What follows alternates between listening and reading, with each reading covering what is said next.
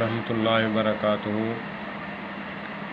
اکثر عوام الناس میں یہ ڈاؤٹ رہتا ہے کہ مکھی جو ہے دودھ میں یا پانی میں یا کسی کھانے والی چیز میں چلی جائے تو اس کا کیا حکم ہے۔ تو علماء کرام سے میں پوچھتا رہتا ہوں، اللہ پاک سب کو جستجو دے۔ یہ چھوٹے چھوٹے مسائل ہیں، ہر مسلمان کو پتہ ہونا چاہیے۔ میں نے آگے شیئر اس لیے کیا ہے کہ تاکہ مجھے بھی ثواب ملے اور جو عمل کرے اس کو بھی ثواب ملے، کیونکہ بلغ عنی ولو آیا کے تحت آقا کریم علیہ الصلوۃ والسلام نے فرمایا ہے، حدیث کا مفہوم ہے کہ میری ایک آیت، میرا ایک لفظ، میرا ایک فرمان بھی جو ہے آپ تک اگر پہنچے تو آگے پہنچاؤ، بخیل بن کر اپنے اندر نہ سماؤ، دوسروں تک پہنچاؤ، یہ صدقہ جاریہ ہے۔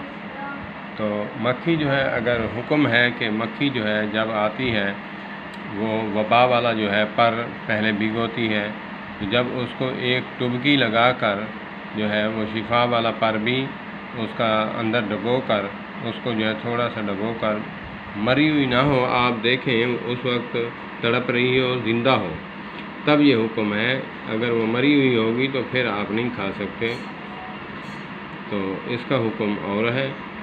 اگر زندہ ہو، اسی ٹائم آپ کو پتہ چل گیا ہے، چائے پی رہے ہیں یا مشروب پی رہے ہیں، پانی پی رہے ہیں، تو اس میں یا سالن ہے، کوئی چیز بھی ہے، اینیون دودھ ہے، اس میں مکھی جو ہے گری ہے، تو اس کو ٹبکی لگا کر دوبارہ اس میں پوری ڈبو کر اس کو جو ہے باہر نکال دیا۔ علماء کرام فرماتے ہیں کیونکہ وبا والا جو ہے وہ جو ہے پر پہلے بھگوتی ہے تاکہ انسان کھانے والے کو جو ہے وہ بیماریاں لاحق ہوں، تو اسی لیے آقا کریم علیہ الصلوۃ والسلام نے فرمایا ہے کہ اس کے دوسرے پر میں جو ہے اللہ پاک نے جو ہے شفا رکھی ہے، تاکہ دونوں کو آپ جو ہے ڈبو دیں تاکہ اس کا اثر ختم ہو جائے، اس کا زائل ہو جائے، اس کا اثر جو ہے رہ جائے، تاکہ انسان کو جو ہے کوئی تکلیف نہ پہنچے۔ اللہ پاک ہمیں عمل کی توفیق عطا فرمائے۔ ہاں، اگر کوئی کراہت کرتا ہے، اگر کوئی کھانا نہیں چاہتا، نہ کھائے، مگر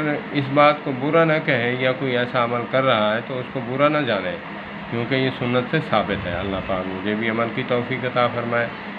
یہ ایسے مسائلوں کا جو ہے ہمیں پتہ ہونا چاہیے، ہمیں کوشش کرنی چاہیے کہ ایسے ایسے ٹاپک جو ہیں، ایسے ایسے مسائل جو ہیں علماء سے پوچھنے چاہیے۔